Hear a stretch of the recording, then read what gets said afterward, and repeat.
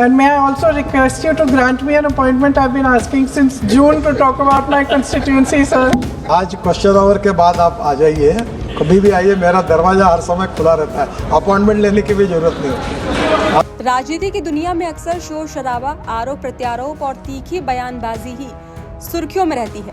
TV debate से लेकर संसद के मंच तक एक दूसरे पर कटाक्ष करना और राजनीतिक विरोध को निजी दुश्मनी की तरह पेश करना आम बात हो गई है।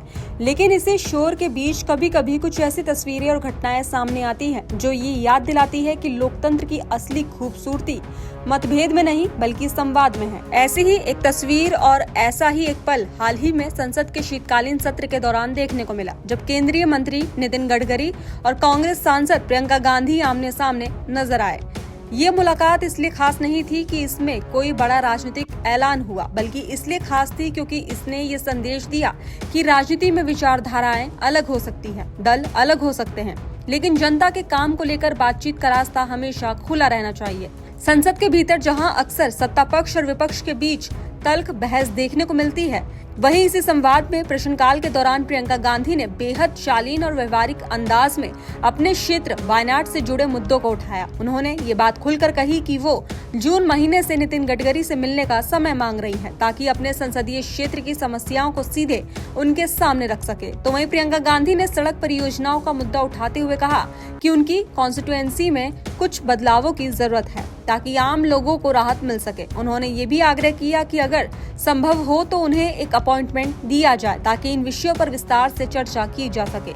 ये कोई टकराव वाला सवाल नहीं था, न ही इसमें राजनीति की तल्खी थी, बल्कि ये एक जनप्रतिनिधि की अपने क्षेत्र के लिए की गई सीधी और ईमानदार अपील थी। तो वहीं इसके जवाब में नितिन गडकरी का रवैया भी उतना ही सहज और सकारात्मक नजर आया। उन्होंने न केवल प्रियंका गांधी की बात को ध्यान से सुना, बल्कि तुरंत ये भी कहा कि उनके दरवाजे सभी सांसदों के लिए खुले हैं, चाहे वे किसी भी पार्टी से क्यों न हो। गडकरी ने साफ शब्दों में कहा कि अपॉइंटमेंट लेने की कोई जरूरत नहीं है और प्रश्नकाल के बाद ही वो उनसे मिल सकती है। ये जवाब अपने आप में एक बड़ा संदेश था कि अगर बात जनता की हित की हो तो राजनीति की दीवारें अपने आप गिर जाती हैं। तो वहीं सबसे दिलचस्प मोड़ तब आया जब प्रश्नकाल खत्म होने के बाद दोनों की वास्तव में मुलाकात हुई। बताया जाता है कि यह मुलाकात बेहद सौहार्दपूर्ण माहौल में हुई, जहां न तो सत्ता का अहंकार था, न ही विपक्ष की आक्रामकता। प्रियंका गांधी ने अपने क्षेत्र से जुड़ी समस्याओं को विस्तार से रखा और नितिन गडकरी ने उन्हें ध्यान से सुना। यही नहीं, जिन बिंदुओं पर सहमति बनी उन पर कार्रवाई का भरोसा भी दिया गया। यही वो पल था जिसने ये साबित कर दिया कि अगर संवाद ईमानदारी से हो तो समाधान निकलना मुश्किल नहीं होता। तो वहीं इस पूरी बातचीत के दौरान नितिन गडकरी ने एक और दिलचस्प बात का जिक्र किया। उन्होंने कहा कि कुछ समय पहले राहुल गांधी से भी अमेठी को लेकर उनकी बातचीत हुई थी और अब लोग ये कह सकते हैं कि अगर भाई की बात सुनी गई तो बहन की भी बात सुनी जानी चाहिए। ये टिप्पणी हल्के फुल्के अंदाज में कही गई, लेकिन इसके पीछे का संदेश बेहद गहरा था कि उनके लिए संसद का नाम या पार्टी नहीं बल्कि मुद्दे और जनता की जरूरतें अहम हैं। तो वहीं ये पूरा घटनाक्रम इसलिए भी महत्वपूर्ण हो जाता है क्योंकि आमतौर पर जनता को राजनीति का सिर्फ वही चेहरा दिखाया जाता है जहां नेता एक दूसरे पर हमला करते नजर आते हैं, लेकिन पर्दे के पीछे वही नेता अक्सर बैठकर चाय बिस्किट के साथ बातचीत करते हैं, समस्याओं पर चर्चा करते हैं और कई बार समाधान भी निकालते हैं। फर्क बस इतना है कि ये पल कम ही कैमरे में कैद होते हैं। जब ऐसे पल सामने आते हैं तो जनता को भी ये एहसास होता है कि राजनीति सिर्फ लड़ाई नहीं बल्कि सहयोग का नाम भी हो सकती है। तो वहीं इस मुलाकात की तस्वीरें सोशल मीडिया पर सामने आते ही चर्चा का विषय बन गई। नितिन गडकरी का मदद के लिए हाथ बढ़ाना और प्रियंका गांधी का आभार जताना, ये दृश्य अपने आप में राजनीति की एक सकारात्मक तस्वीर पेश करता है।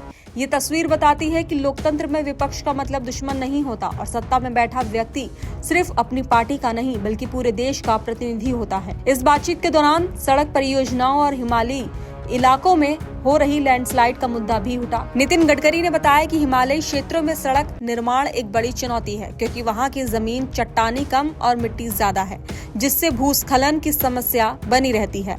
उन्होंने ये भी जानकारी दी कि इस समस्या से निपटने के लिए भारत ने स्विट्जरलैंड के साथ एक MOU साइन किया है और नई तकनीकों का इस्तेमाल किया जा रहा है। हिमाचल प्रदेश में 84 ऐसे लोकेशंस चिन्हित किए गए हैं जहां विशेष तकनीक से काम किया जा सकता है ताकि लैंडस्लाइड्स को रोका जा सके। तो वहीं इसी के साथ गडकरी ने ये भी भरोसा दिलाया कि चंडीगढ़ से शिमला और मनाली तक के रास्तों पर सड़क और टनल प्रोजेक्ट्स तेजी से पूरे हो रहे हैं, जिससे यात्रा का समय काफी कम हो गया है। ये बातें सिर्फ तकनीकी जानकारी नहीं थी, बल्कि ये दिखाने के लिए काफी थी कि जब जनहित के मुद्दों पर बात होती है तो समाधान की दिशा में काम भी होता है। कुल मिलाकर ये पूरी घटना राजनीति के उस चेहरे को सामने लाती है जिसे लोग अक्सर देखना चाहते हैं, लेकिन कम ही देखने को मिलता है। ये चेहरा बताता है कि मतभेद लोकतंत्र की ताकत है, लेकिन मनभेद लोकतंत्र को कमजोर करते हैं। नितिन गडकरी और प्रियंका गांधी की ये मुलाकात इस बात का उदाहरण है कि अगर नेता चाहें तो राजनीति को सिर्फ सत्ता की लड़ाई नहीं, बल्कि सेवा का माध्यम भी बना सकते हैं।